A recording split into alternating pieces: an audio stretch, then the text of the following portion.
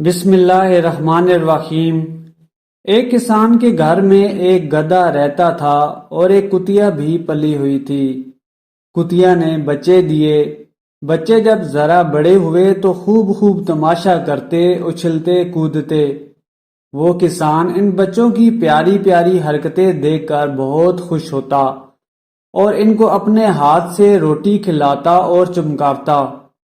گدھے نے دل میں سوچا کہ ان پلوں کی نسبت میں بہت کام کرتا ہوں، مگر ہمارا مالک ان پر زیادہ مہربانی کرتا ہے۔ چلو میں بھی ان پلوں کی طرح حرکتیں کرتا ہوں تاکہ مالک مجھے بھی عزیز رکھے۔ یہ سوچ کر گدھا لگا ایک دن بے طرح دولتیاں جھاڑنے لگا۔ کسان نے پہلے تو یہ گمان کیا کہ شاید مکھیاں یا مچھر اس کو ستاتے ہیں، مگر آخر کو معلوم ہوا کہ صرف شرارت سے کودتا ہے۔